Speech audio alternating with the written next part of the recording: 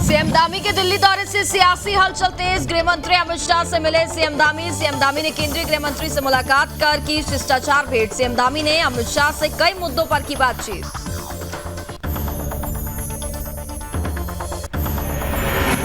उत्तराखंड में हो रही आफत की बारिश से जनजीवन अस्त व्यस्त। बारिश के चलते तापमान में भारी गिरावट, लोगों को आने जाने में हो रही परेशानी।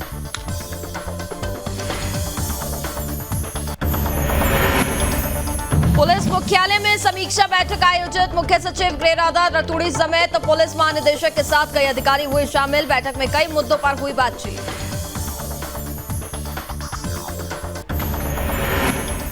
हरिद्वार में त्रिस्तरीय पंचायत चुनाव को लेकर के प्रशासन की तैयारी तेज। पंचायत चुनाव सुरक्षित संपन्न कराने के लिए पुलिस की तरफ से बढ़ाई ड्रोन एक्टिविटी। सुरक्षा को लेकर के की जा रही तैयारी।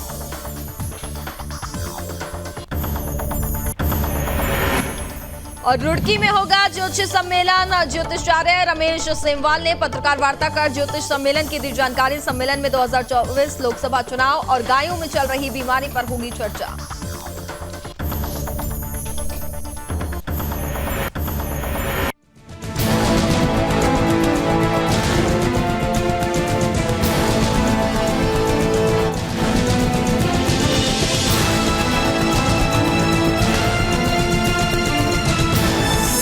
आप देख रहे हैं सुदर्शन न्यूज।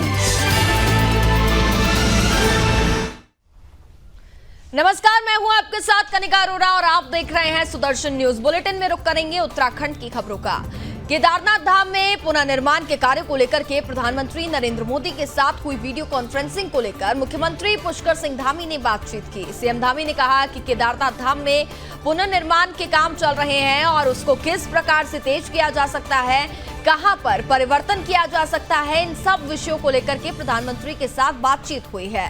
साथ ही सीएम धामी ने कहा कि उनके जो सुझाव हैं उन सुझावों पर अमल करने के लिए अधिकारियों को दिशा निर्देश दिए जा चुके हैं और जल्द ही केदारनाथ धाम की तस्वीर भी बदली हुई नजर आएगी। इतना ही नहीं, मुख्यमंत्री धामी ने कहा कि 2023 तक केदारनाथ धाम में पुनर्निर्माण के सभी कार्य पूरे कर लिए जाएंगे। उसको लेकर अधिकारियों को दिशा निर्देश भी दिए जा चुके हैं।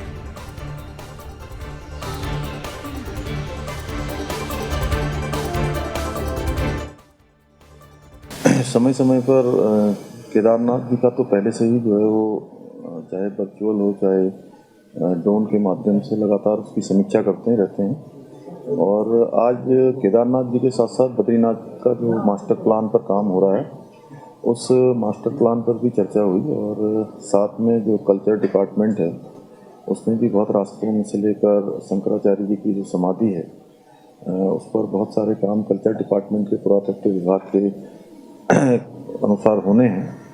उन सभी पर चर्चा हुई है और हम लोगों ने यहाँ से, क्योंकि जो समय सीमा तय की गई है उसमें तेज़ी से काम हो रहा है। इस बार जहाँ श्रद्धालुओं की संख्या बढ़ी है, श्रद्धालुओं की संख्या बढ़ने के कारण से जो काम करने में एक चुनौती बन गई थी कि ज़्यादा भीड़ होने के कारण से कार्य प्रभावित न हो।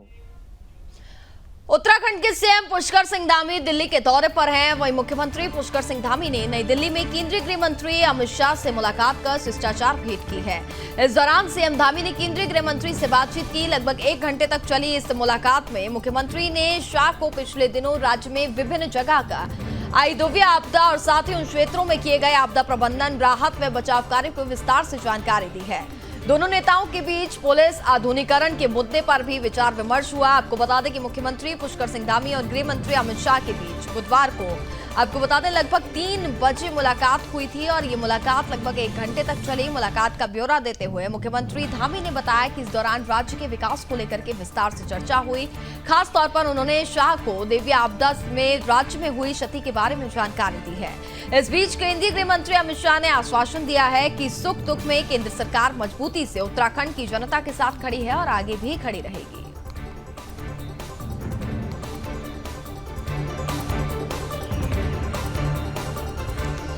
तो सीएम धामी ने गृह मंत्री अमित शाह से मुलाकात की है, जिसमें आपको बता दें कि तमाम मुद्दों को लेकर के इसमें बातचीत की गई और साथ ही जिस तरीके से उत्तराखंड में जो आपदा आई है उसको लेकर के सीएम पुष्कर सिंह धामी ने गृह मंत्री अमित शाह से बातचीत की। और आपको बता दें कि अमित शाह ने कहा कि केंद्र सरकार हमेशा उत्तराखंड की सरकार के उत्तराखंड की जनता के साथ खड़ी है और साथ ही आगे भी खड़ी रहेगी। जो भी परेशानी आएगी उसका डट करके सामना करेंगे।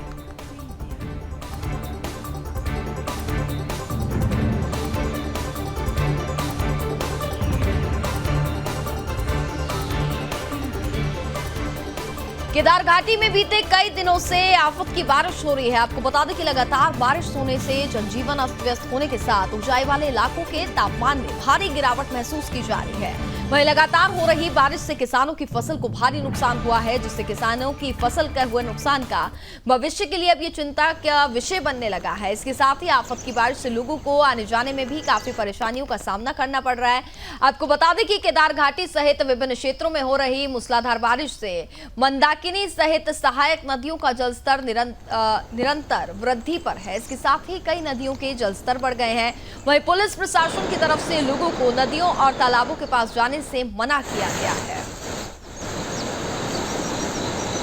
तो बारिश के कारण जनजीवन पूरी तरीके से अस्त व्यस्त हो गया है। बारिश के चलते तापमान में भारी गिरावट दर्ज की गई है और लोगों को आने जाने में भी तमाम दिक्कतों का सामना करना पड़ रहा है। इसके साथ ही भविष्य के लिए भी एक संकट की स्थिति बनती हुई नजर आ रही है, क्योंकि आने वाले दिनों में भी आपको बता दें कि आसार लगाए जा रहे हैं कि भारी बारिश की चेतावनी है और किसानों की समस्या जो है वो लगातार बढ़ती जा रही है, क्योंकि फसल का बेहद नुकसान हो रहा है और ऐसे में उनके लिए भविष्य की चिंता उनको सताने लगी है और लगातार लोगों को भी तमाम दिक्कतों का सामना करना पड़ रहा है।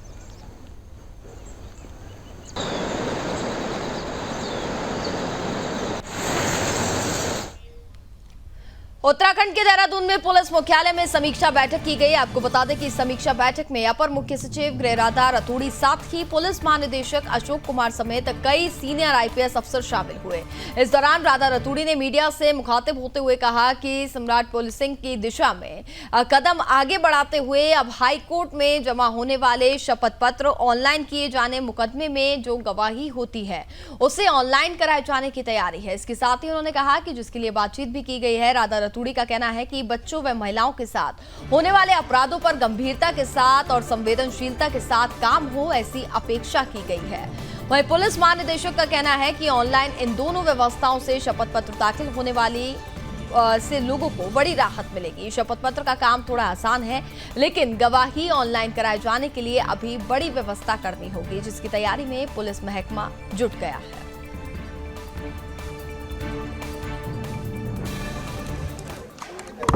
देखिए, उपयोगी तो बहुत ही है, निसंदेह इसमें तो कोई शक ही नहीं है।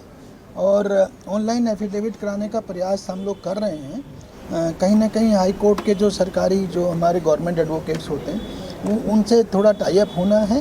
तो मैडम से भी आज बात हुई है, तो हमारा प्रयास है कि जल्द से जल्द ऐसा सिस्टम हो जाए कि ऑनलाइन ही जो है एफिडेविट उसकी डिस्कशन हो जाए गवर्नमेंट काउंसिल का आईओ के साथ, और ऑनलाइन ही उसका ड्राफ्ट बन जाए, फिर वो चेक हो जाए, तो फिर आसान हो जाएगा। हमारे आयोज के हाई कोर्ट में चक्कर कम लगेंगे। इसी तरह से जो ऑनलाइन ट्रायल या एविडेंस की बात है वो थोड़ा सा और बड़ा मुद्दा है, और उसके होने से तो बहुत फ़ायदे तो बहुत होंगे, तो वो भी जो है प्रक्रियाधीन है। मैडम ने कहा है कि उसको कराने का प्रयास करेंगे। मैं तो ये कहूँगी कि समीक्षा नहीं, एक विचार विमर्श या गोष्ठी हमारी पुलिस विभाग के साथ हुई है, क्योंकि अब मुझे गृह विभाग की जिम्मेदारी दी गई है। तो पुलिस विभाग समाज का एक बहुत ही अभिन्न अंग है, और जो हमारी जनता की शिकायतें हैं या समस्याएं हैं वो सबसे पहले पुलिस विभाग से ही रूबरू होती है जनता। तो पुलिस एक फ्रेंडली पुलिस हो, मित्र पुलिस यहाँ पे पहले से ही काम कर रही है, और Uttarakhand police one of the best police in the country है सारे मानकों में। और हम लोग चाहते हैं कि और अच्छी बने पुलिस, और विशेष रूप से फोकस हम लोगों का है महिलाओं और बच्चों के साथ जो अपराध हो रहे हैं उनका जल्दी समाधान निकले और उनको बेहतर सुविधाएं दी जाएं। हम लोग ये भी प्रयास कर रहे हैं कि जो बयान लेने का सिस्टम है उसको ऑनलाइन किया जाए, क्योंकि अभी बयान लेने में गवाहों को कोर्ट ले जाने में बहुत समय लगता है। तो अगर अपराधों का जल्दी निस्तारण करना है तो बयान की जो व्यवस्था है उसको ऑनलाइन की जाए। जो एफिडेविट लगाना पड़ता है पुलिस विभाग को हाई कोर्ट में, उसको भी हम लोग ऑनलाइन कराने का प्रयास कर रहे हैं।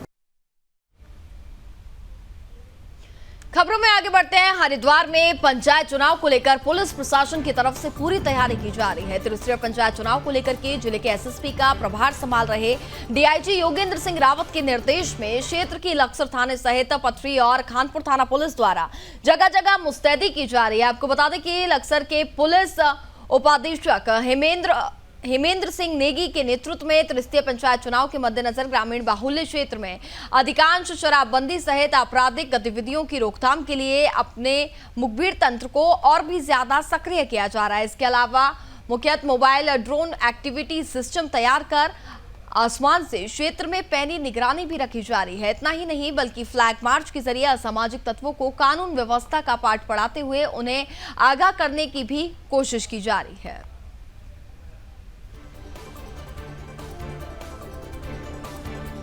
तो पंचायत चुनाव को लेकर के प्रशासन पूरी तैयारियों में जुट चुका है। पुलिस की तरफ से ड्रोन एक्टिविटी लगाई गई है, जो कि सभी चीजों पर अगर बात की जाए तो प्रशासन की पैनी नजर रहने वाली है। सुरक्षा को लेकर के पुख्ता इंतजाम किए जा चुके हैं। त्रिस्तरीय पंचायत चुनाव का आगाज हो चुका है। ऐसे में प्रशासन भी अब पूरी तरीके से अलर्ट हो गया है।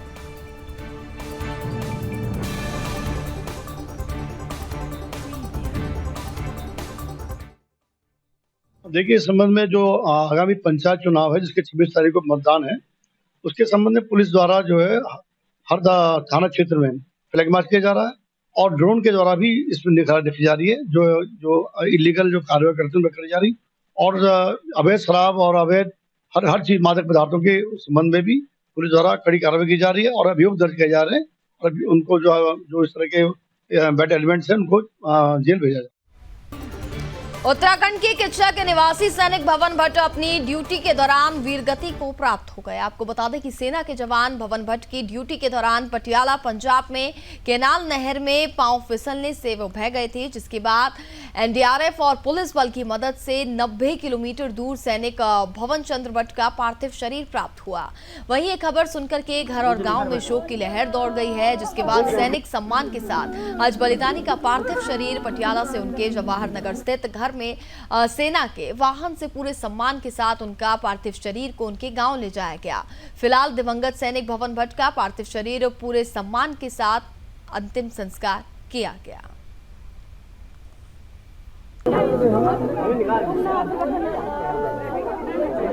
ना कुछ नहीं।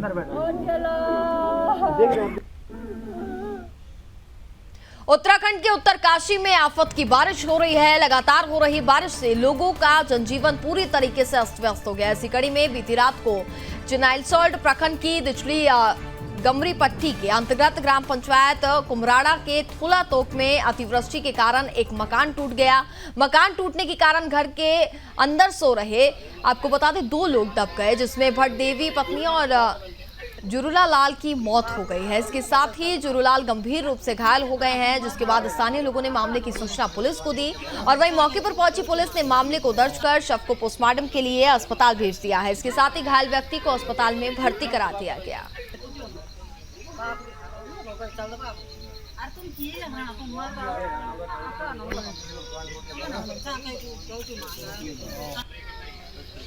तो उत्तराखंड में आफत की बारिश हो रही है, जिसके चलते लगातार कई हादसे ऐसे हैं जो सामने आ रहे हैं। बारिश से आपको बता दें कि मकान टूट गया और मकान के अंदर सो रहे 2 लोग इसमें बुरी तरीके से घायल हो गए थे और आपको बता दें कि एक महिला की मौत हो गई। फिलहाल एक की हालत काफी ज्यादा गंभीर बताई जा रही है, जिसे इलाज के लिए अस्पताल में भर्ती कराया गया है।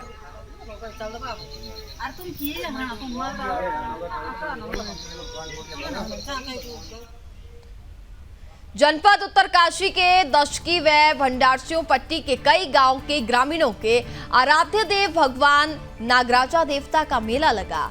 देवलडांडा नागराजा मेला में भारी संख्या में लोग पहुंचे और शाम को देवडोली ग्राम पंचायत तराकोट के लिए प्रस्थान हुए। इसके साथ ही रात को देवडोली तराकोट पहुंची, जहां श्रद्धालुओं ने अपने इष्ट की देवडोली को देर रात तक अपने कंधों में नचाया। इसके साथ ही इस शुभ अवसर पर सांस्कृतिक प्रोग्राम और सरकार के सरोकारों की उपलब्धियां, विकास योजनाओं पर आधारित कार्यक्रमों की जानकारी नाटिका के माध्यम से दी गई। वहीं लोग गीतों और जागरण व भजनों से सभी श्रद्धालु पूरी रात भर जमकर झूमे। इसके साथ ही तराकोट के भव्य मेला लगा और साथ ही आपको बता दें शाम को देवडोली ने ग्राम पंचायत टिपरा के लिए प्रस्थान किया। इस बीच ग्रामीणों ने जमकर मेले का लुत्फ उठाया।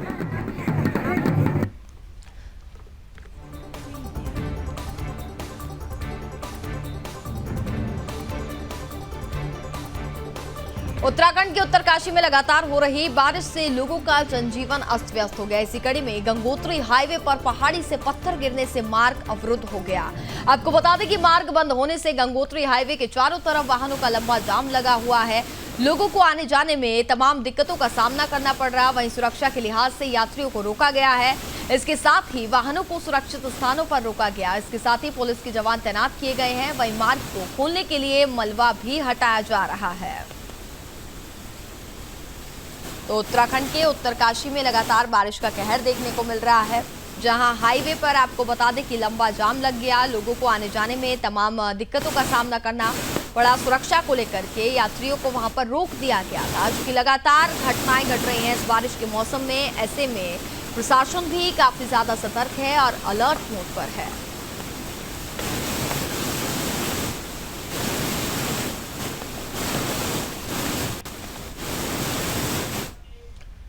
अगली खबर उत्तराखंड के खटीमा से है, जहां पुरानी तहसील भवन की नीलामी फिर कैंसिल हुई। आपको बता दें कि खटीमा तहसील प्रशासन की तरफ से पुराने तहसील भवन की नीलामी प्रक्रिया को लगातार तीसरी बार निरस्त कर अगली तिथि घोषित कर दी गई है। वहीं नीलामी में पहुंचे ठेकेदारों ने उपजिलाधिकारी खटीमा से बातचीत की और इसके साथ ही उपजिलाधिकारी रविंद्र बिष्ट से मांग की कि नीलामी तिथि को निश्चित कर जल्द से जल्द पुराने तहसील के भवनों की नीलामी को कराया जाए, ताकि बार बार नीलामी रद्द होने से परेशान ठेकेदार नीलामी प्रक्रिया में शामिल हो सके। वहीं एसडीएम ने पुरानी तहसील भवन नीलामी को लेकर के मीडिया से बातचीत करते हुए कहा कि शासन द्वारा पुराने तहसील में स्थित पटवारी चौकियों के नए भवन बनाए जाने हैं, इसलिए पुराने भवनों की नीलामी प्रक्रिया को अपरिहार्य कारणों से रद्द कर 29 सितंबर की नई तिथि को घोषित कर दिया गया।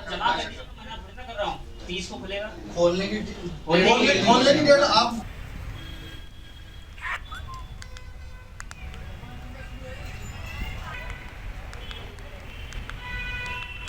तो वहीं आपको बता दें कि जिलाधिकारी रविंद्र बिष्ट से मांग की नीलामी तिथि को निश्चित कर जल्द से जल्द पुराने तहसील के भवनों की नीलामी को कराया जाए, ताकि बार बार नीलामी रद्द होने से परेशान ठेकेदार नीलामी प्रक्रिया में शामिल हो सके।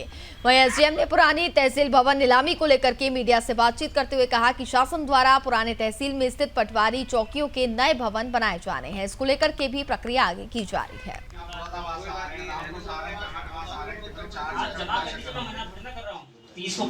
खोलने की तारीख को नीलामी की सूचना की गई थी पुरानी तहसील की। 13 तारीख को नोटिस दिया था, 15 तारीख की नीलामी थी, 15 को कैंसिल करके इन्होंने फिर 19 तारीख की डेट दी थी। 19 को सारे ठेकेदार यहाँ पे उपस्थित हुए, लेकिन इन्होंने 19 को फिर कैंसिल कर दिया गया। बोले 22 तारीख को आपकी नीलामी होगी। आज 22 तारीख को सारे क्षेत्र के लोग आए हुए हैं, ठेकेदार लोग। आज ये फिर बोल रहे हैं कि नीलामी जो है कैंसिल कर दी गई। तो ये इतनी दूरी से लोग यहाँ पे आते हैं, समय निकालते हैं, अपना खर्चा कर रहे हैं और उसके बाद नीलामी ये निरस्त कर देते हैं। लेकिन हमसे यही कहना है कि इसकी जल्द से जल्द जो है नीलामी की जाए और एक स्पेस डेट दे दी है, ताकि जो है लोगों को परेशानी ना हो किसी बात की। अब ये देखो लोगों ने इसका जो है वो विरोध कर रहे हैं। देखो 30 तारीख की फिर डेट दे दी है। अब आए दिन डेट बढ़ा के फायदा क्या कर रहे हैं? 2 लाख रुपए की डीडी बनवा रखे हैं, बताओ लोगों के पैसे बॉन्ड है। 2 लाख रुपए के एफडीआर बनवाने के बाद ये लोगों को सिखा रहे हैं। मेरा नाम रहमत अली सन ऑफ हाजी अकबर अली, और बस मैं यही कहता हूँ सरकार से जो है इसकी जल्द से जल्द नीलामी की जाए और एक स्पेस डेट। कोई परेशानी थी एक्चुअली में हमारा जो पुरानी तहसील में उसमें जो पटवारियों की चौकियाँ हैं वो नया बजट आ गया, तो नए निर्माण किए जाने। इसमें जो पुरानी हमारे वहाँ पर भवन है उसको ध्वस्त करने के लिए कार्रवाई की जा रही है। इसके हमने नीलामी के माध्यम से मतलब कोटेशन बेस में हमने इसके नीलामी की सूचना दी। 19 तारीख की इसकी डेट थी, किंतु अपरिहार्य कारणों से इसको स्थगित कर दिया गया और अब नई तारीख 30 सितंबर।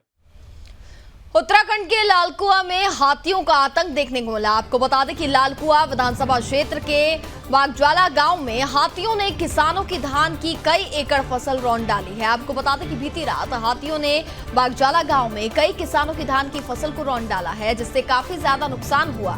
इतना ही नहीं, हाथी ने बागज्वाला गांव के जूनियर हाई स्कूल की दीवार तोड़कर के भी परिसर में लगे वाइब्रेशन को तोड़ते हुए दूसरी तरफ निकलने के लिए विद्यालय की दीवार को भी तोड़ दिया, जिससे विद्यालय की सुरक्षा व्यवस्था चरमरा गई है। विद्यालय परिसर में बच्चों को खतरा बना हुआ है। इसके साथ ही स्कूल में चोरी की संभावना भी बढ़ गई है, जिसके बाद किसानों ने वन विभाग से हाथियों पर रोक लगाने और साथ ही फसल के मुआवजे दिलाने की मांग की है।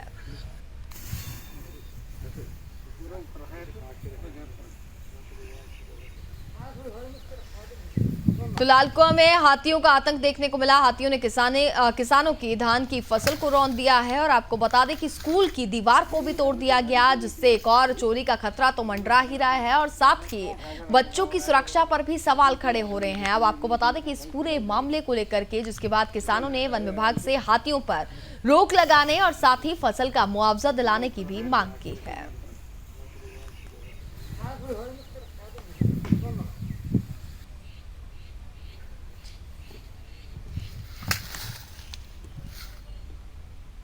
उत्तराखंड में रोजगार को बढ़ावा देने के लिए सरकार की योजना पर काम किया जा रहा है। अब जल्द मत्स्य विकास बोर्ड बनेगा, जिससे रोजगार के क्षेत्र में बढ़ावा मिलेगा। मछली पालन व्यवसाय को बढ़ावा देने के लिए पहली बार सरकार राज्य मत्स्य विकास बोर्ड का गठन करेगी। सचिव मत्स्य की अध्यक्षता में बोर्ड का ढांचा तैयार किया जा रहा है, जिसके बाद मंजूरी के लिए कैबिनेट में प्रस्ताव भी लाया जाएगा। राज्य मत्स्य पालक विकास अभिकरण की प्रबंध समिति की बैठक में बोर्ड के गठन का फैसला लिया गया है।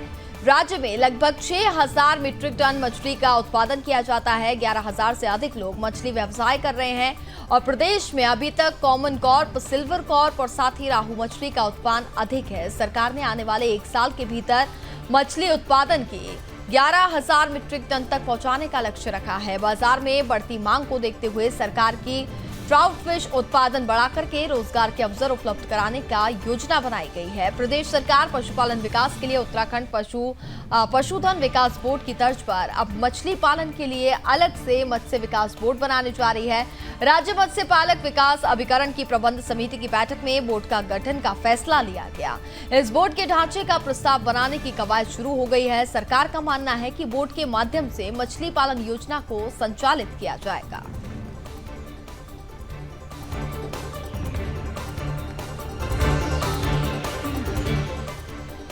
उत्तराखंड के पौड़ी जिले में रिजॉर्ट पर रिसेप्शनिस्ट की नौकरी करने वाली एक युवती संदिग्ध परिस्थितियों में लापता हो गई। युवती के परिजनों ने लापता लड़की को सकुशल बरामद किए जाने की मांग को लेकर के अधिकारियों के कार्यालय में मदद की मांग की है।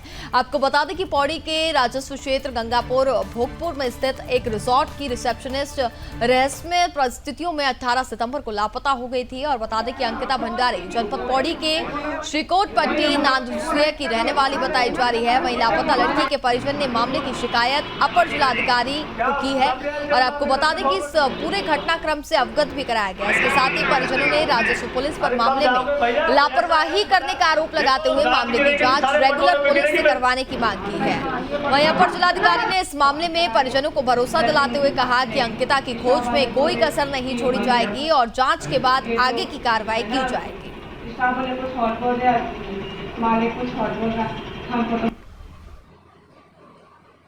इसमें जो भी अभी मैंने तहसीलदार से बात किया है वो इसको रिपोर्ट को पुटअप कर रहे हैं, तो रिपोर्ट आने पे फिर उसमें कार्रवाई कर ली जाएगी। और पटवारी ने तो एफआईआर लिखी दी है। नहीं, ये सेंस नहीं हो पाएगा तो, क्योंकि पटवारी तो हड़ताल पे हैं, वो इन्वेस्टिगेशन नहीं कर पाएंगे। क्या ये पुलिस को ट्रांसफ़र हो जाएगा? नहीं, इसमें जो भी रिपोर्ट आ रही है वो आ जाएगी और वो इसको बाई हैंड भिजवा रहे हैं। इस पर तदनुसार जो भी रिपोर्ट है उस पर कार्रवाई कर ली जाएगी। अगर पुलिस को ट्रांसफ़र करने के लिए है तो नियमानुसार वो कर दिया जाएगा। अभी ये केस अगर पुलिस के पास जाता है या जो भी है तो वो इसमें कार्रवाई तो ये सीसीटीवी वाला भी उसमें विवेचना में तो आ ही जाएगा। इसके बाद में ये भी सुनिश्चित कर लिया जाएगा कि हर एक में सीसीटीवी, हर एक होटल वगैरह में सीसीटीवी। पौड़ी जिले के विधानसभा के बीराखोल क्षेत्र में एक दर्दनाक सड़क हादसा हो गया। आपको बता दें कि नोएडा से आ रही एक कार अनियंत्रित होकर के खाई में जा गिरी। कार में 3 लोग सवार थे, जिनमें से 2 की मौके पर ही मौत हो गई, जबकि एक गंभीर रूप से घायल बताया जा रहा है। जिसके बाद स्थानीय लोगों ने मामले की सूचना पुलिस को दी। वहीं मौके पर पहुंची पुलिस ने मामले को दर्ज कर शव को पोस्टमार्टम के लिए अस्पताल भेज दिया है। इसके साथ ही हादसे में घायल युवक को अस्पताल में भर्ती करा दिया गया, जहाँ व्यक्ति का इलाज चल रहा है। फिलहाल इस मामले में आगे की जाँच पड़ताल की जा रही है।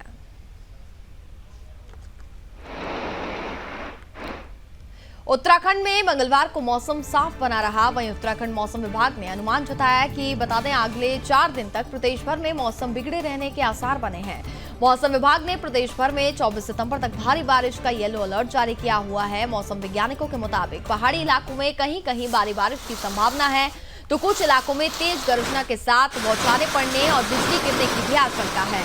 ऐसे में मौसम विभाग ने जिला प्रशासन और आपदा प्रबंधन से जुड़े अधिकारियों को सतर्क रहने के निर्देश दिए हैं। प्रदेश में बारिश के बाद मलबा आने से 5 राज्य और इतने ही मुख्य जिला मार्ग सहित 136 मार्ग बंद बताए जा रहे हैं। राज्य आपातकालीन परिचालन केंद्र के मुताबिक बंद मार्गों को खोलने का प्रयास भी किया जा रहा है। लोक निर्माण विभाग के तहत 1 जिला और 39 ग्रामीण मार्ग बंद हैं। वह इसके साथ ही भारी बारिश को लेकर के प्रशासन की तरफ से लोगों को अलर्ट कर दिया गया और साथ ही प्रशासन ने लोगों से भारी बारिश के चलते नदी तालाबों के पास जाने से मना किया है।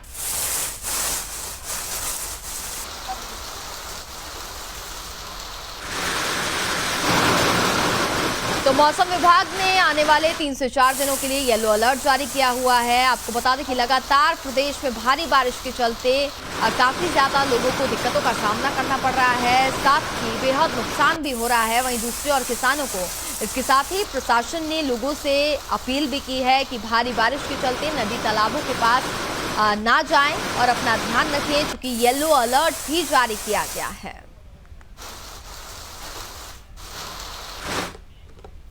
और इसी के साथ फिलहाल इस बुलेटिन में बस इतना ही। देखते रहिए सुदर्शन न्यूज। जय हिंद।